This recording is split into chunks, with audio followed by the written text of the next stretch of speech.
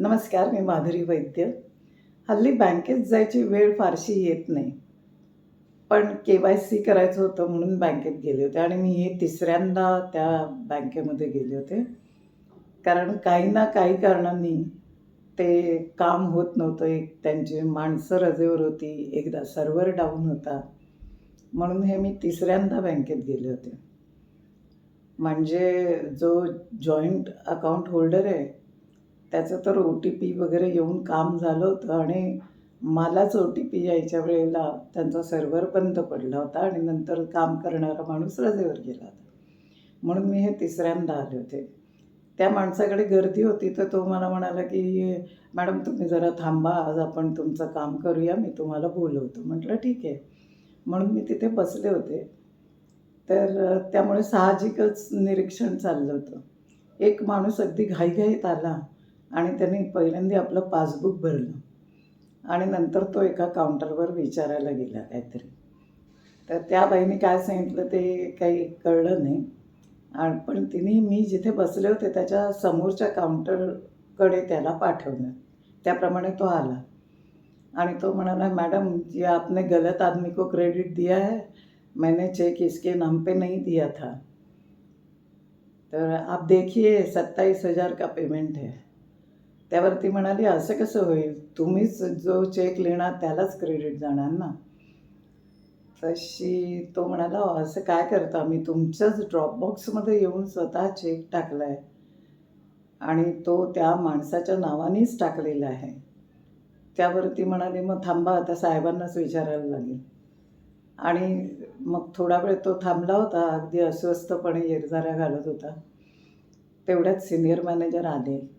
मग ते तिघंही आत गेले आणि त्यांचं जे काय बोलणं चाललं होतं ते काही मला ऐकायला येत नव्हतं बाहेर.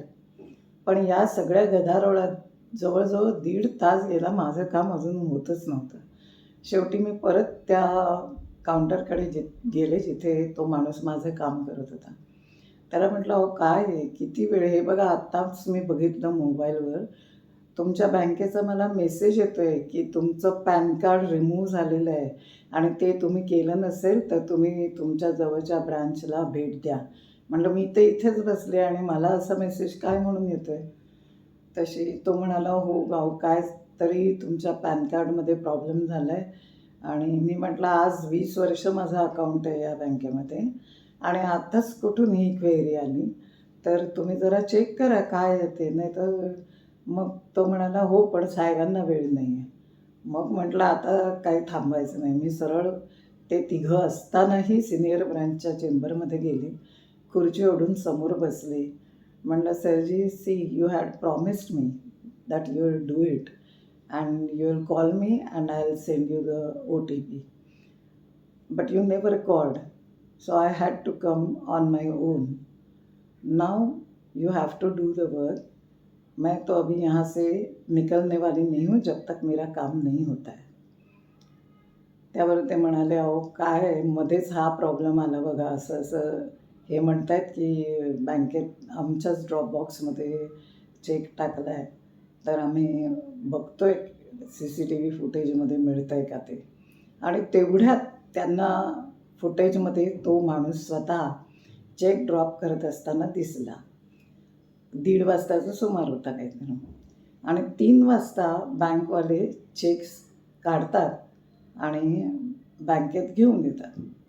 आणि प्रोसिजरप्रमाणे ते त्याच्यावर स्टॅम्प मारतात चेकवर आणि तो चेक स्कॅन होतो या बँकेत आणि ब्रांचमध्ये आणि तिकडनं तो क्लिअरिंगला हेड ऑफिसला जातो. पण मुळात त्यांनी सगळं चेक केल्यावर असं कळलं की ह्या ब्रांच थ्रू तो चेक क्लिअरच झाला नव्हता. म्हणजे या ब्रांच थ्रू स्कॅनच झालेला नव्हता चेक. मग काय होऊ शकतं? तो चेक जर खाली पडला असता तर फुटेजमध्ये दिसलं असतं. म्हणजे चेक तर ड्रॉपबॉक्समध्ये बरोबर होता आणि तिथनं ब्रांचमध्ये तर आला होता. मग चेक गायब होऊन परत दुसऱ्या ब्रांचमधनं तो क्लिअर कसा काय झाला? हा विचार मनात येतोय तोच ते ब्रांच मॅनेजर म्हणाले, "आप एक काम करो, आप मुझे लेटर लिख के दे दो अभी शायद एफआईआर करना पड़ेगा, मैं चेक करता हूँ, लेकिन आप मुझे अभी पहिले काम करो, एक मुझे लेटर दे दो. तसे तो माणूस लेटर लिहायला गेला बाहेर आणि तितक्यात मला पण मेसेज आला KYC अपडेट झाल्याचा.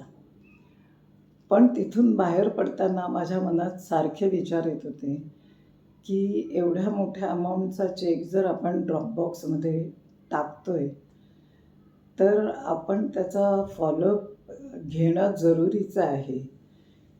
कारण अशा गोष्टी जर घडल्या तर तुमची समोरच्या माणसाला ज्याला तुम्ही चेक दिलेला असतो त्याचा तुमच्यावरचा विश्वास उडतो ना. मग त्यापेक्षा जर तुम्ही बँकेत येऊन, नाहीतरी तुम्ही चेक ड्रॉप करायला बँकेत येताच ना, मग तेव्हाच तुम्ही ब्रांचमधला फॉर्म घेऊन बँकेला तिथल्या तिथे पैसे ट्रान्सफर करायला सांगितले तर ते जास्त चांगलं नाही का. कारण शेवटी पैसे आपले आहेत, त्यामुळे त्याची काळजी आपल्यालाच घ्यायला हवी. आता ह्या सगळ्या प्रकरणात किती दिवस जातील आणि त्याचं निष्पन्न काय निघेल ते पुढे कळेलच आपल्याला. पण तोपर्यंत त्या माणसाचं मात्र टेन्शन काही कमी होणार नाही. नमस्कार, पुन्हा भेटूया. व्हिडिओ आवडला तर लाईक करा, शेअर करा आणि जरूर सबस्क्राईब करा. धन्यवाद.